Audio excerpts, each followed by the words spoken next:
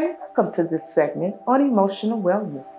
I am Nina Littleberry, grief counselor with Northeast Delta Human Services Authority. As we look out and see the falling of the leaves, the beautiful fall colors, and feel the coolness in the air, we recognize that we have moved from the summer season to the fall season. The mental health profession recognizes that as the fall season has made its presence, some people are vulnerable to seasonal affective disorder. Seasonal affective disorder is a form of depression that stems from the change in seasons. According to the Cleveland Clinic, approximately 500,000 people in the United States suffer from winter seasonal affective disorder. Seasonal affective disorder usually starts in the fall and continues into the winter months. The symptoms are much like the common symptoms of depression, as well as treatment for this disorder is much like that of depression. In addition to this disorder, people continue to be confronted with the many challenges of COVID-19. As a result, the emotional wellness of many persons has suffered greatly. COVID-19 and the many life events that surround it have been unique, and that people have been compelled to engage in many traditional activities in a non-traditional way. For example, the celebration of special occasions such as birthdays, anniversaries, weddings, graduations, holidays, and even the celebration of life for family and friends that have passed away. The holiday seasons of Thanksgiving and Christmas are approaching, and people will be challenged emotionally with the celebration of these holidays with family and friends in a non-traditional way. In some cases, family and friends will struggle to celebrate holidays and special occasions without the presence of their loved one due to the death of the loved one or the loved one being confined to the home or a special place for treatment such as hospitals, nursing homes, and rehabilitation centers. Youth and parents continue to struggle with the many challenges with youth being schooled virtually and in person. Persons with substance addictions, support systems have been reduced to limited function capacity. People continue to be stressed with the loss of income and keeping their homes afloat. These worries and many others can produce much anxiety. When stress and anxiety are not managed, a person's emotional wellness is highly likely to spiral down. Northeast Delta Human Services Authority recognizes the importance of emotional wellness as it affects every aspect of a person's well-being, the physical, mental, and spiritual. In recognition of the importance of emotional wellness, Northeast Delta Human Services Authority will provide 4 15-minute segments on emotional wellness throughout the fall and winter seasons. We are excited and looking forward to sharing with you some tips on how to better manage your emotional wellness.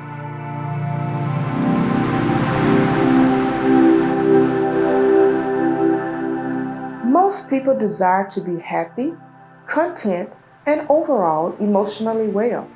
However, there will be times in your home, work, and personal lives that you are confronted with issues that are difficult and challenging to manage. As a result, you may be derailed for a moment, or you may refer to it as life throwing you a curveball. People have been known to quote positive sayings such as, "When life gives you lemons, make lemonade."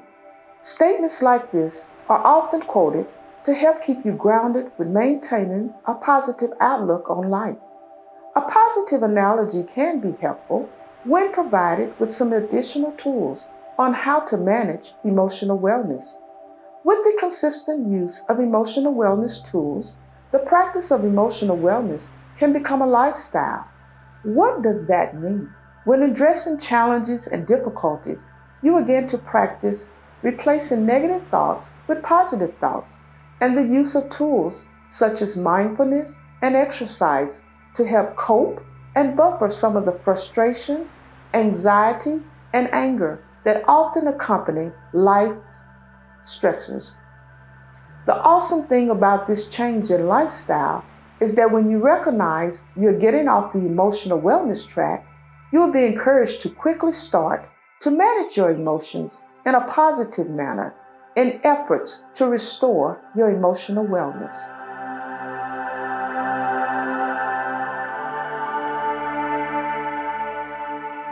What does emotional wellness mean?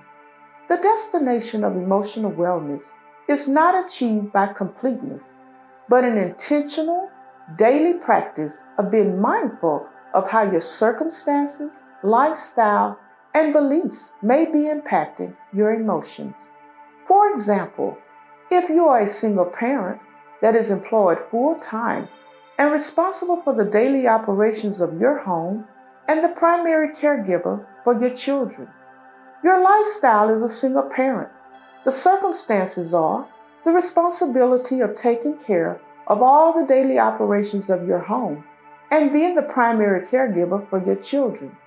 And you may believe that you have to make all football games, cheer competitions, and prepare full course meals for your family.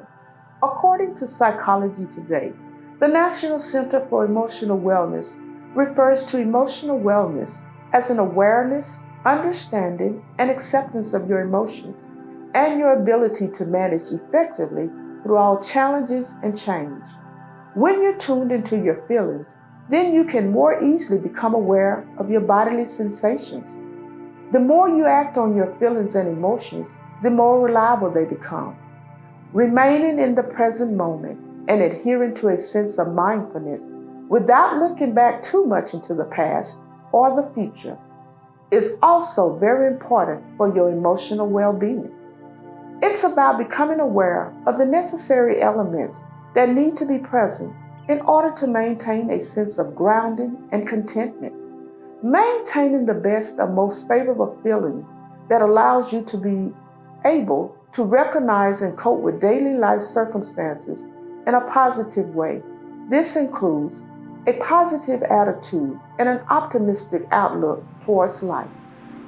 Now, let me remind you that we're human beings.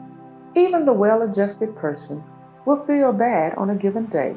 Some days we find ourselves balanced and content, while other days we may feel unbalanced for reasons that may be beyond our control or even unidentifiable.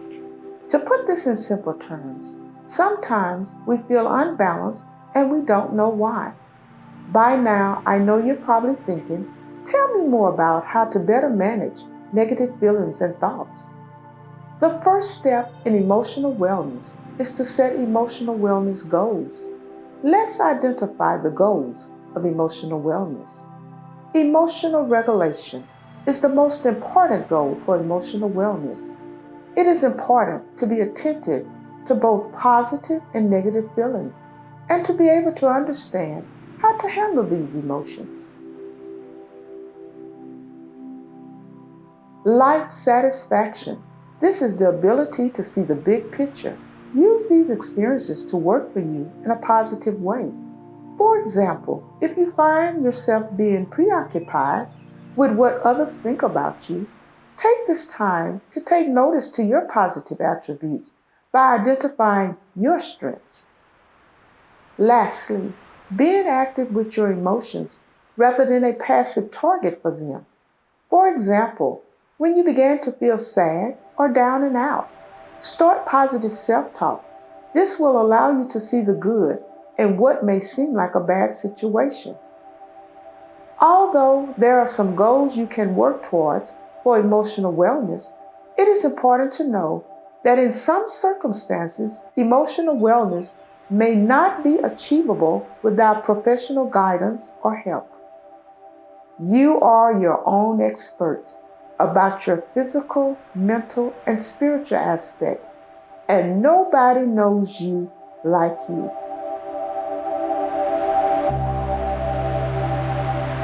According to Audrey Van Hollen, psychiatric mental health nurse practitioner, practicing mindfulness and strengthening our inner observer is very important in learning to question our thoughts and feelings.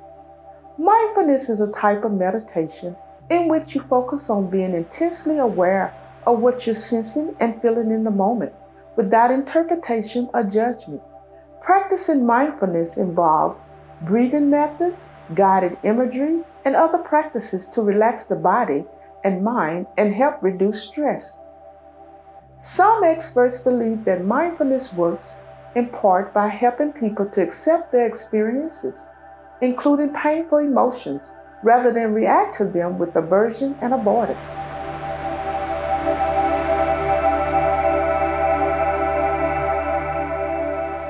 Benefits of mindfulness. Mindfulness improves well-being.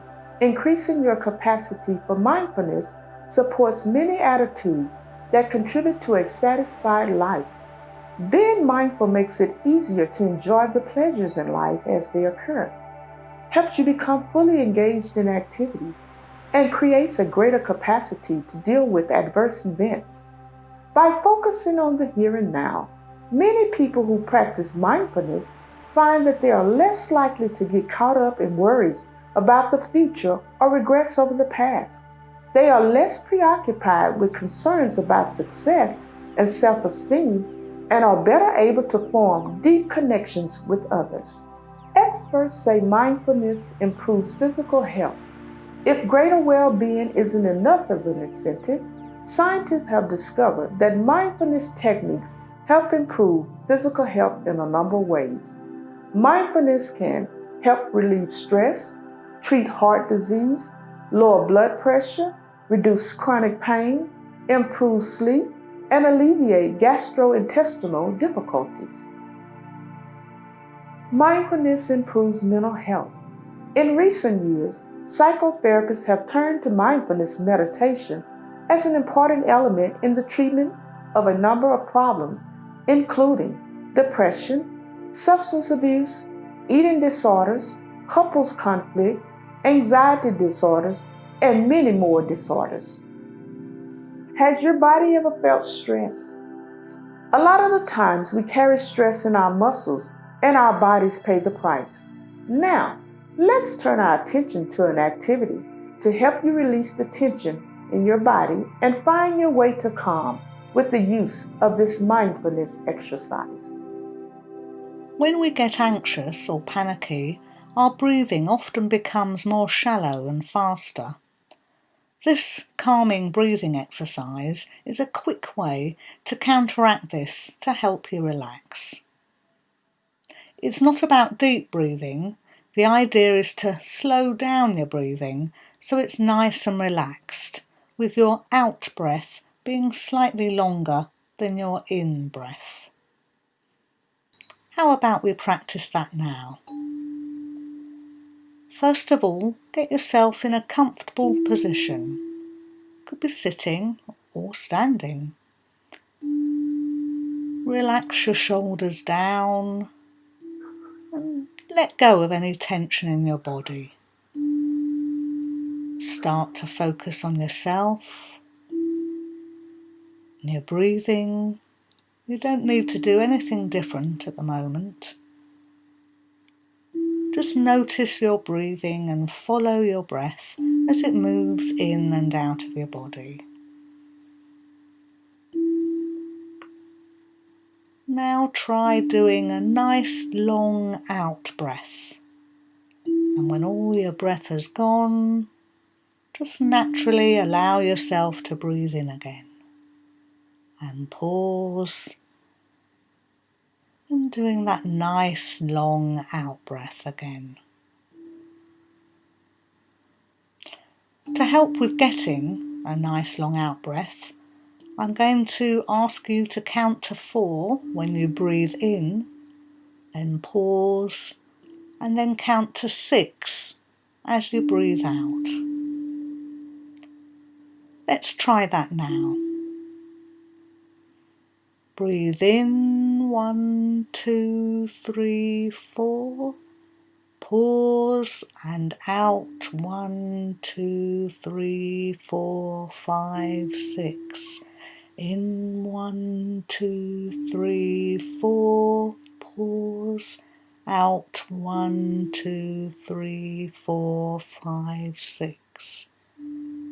Try that yourself for a few moments, getting in your own rhythm of counting to 4 as you breathe in, with a pause, and counting to 6 as you breathe out. Allow yourself to relax. Relax those shoulders as you continue to breathe nice and easily. Breathing in for 4, pausing, and then out for 6.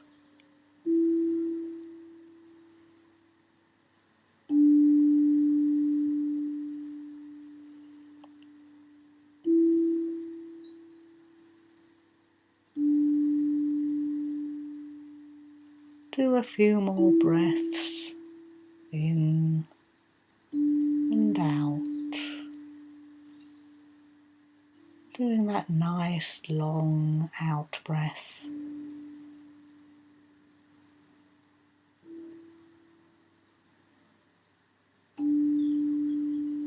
Notice yourself relaxing and calming down. As you now once more just focus on following your breath as it moves in and out of your body. So you're breathing nice and easily.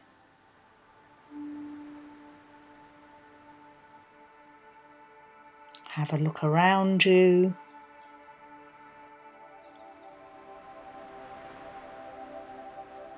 And now get ready just to return to your day and your day's activities.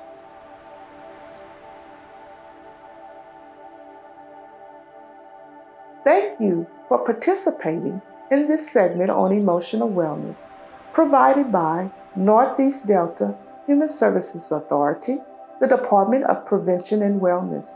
We look forward to your continued participation in our conversations about emotional wellness.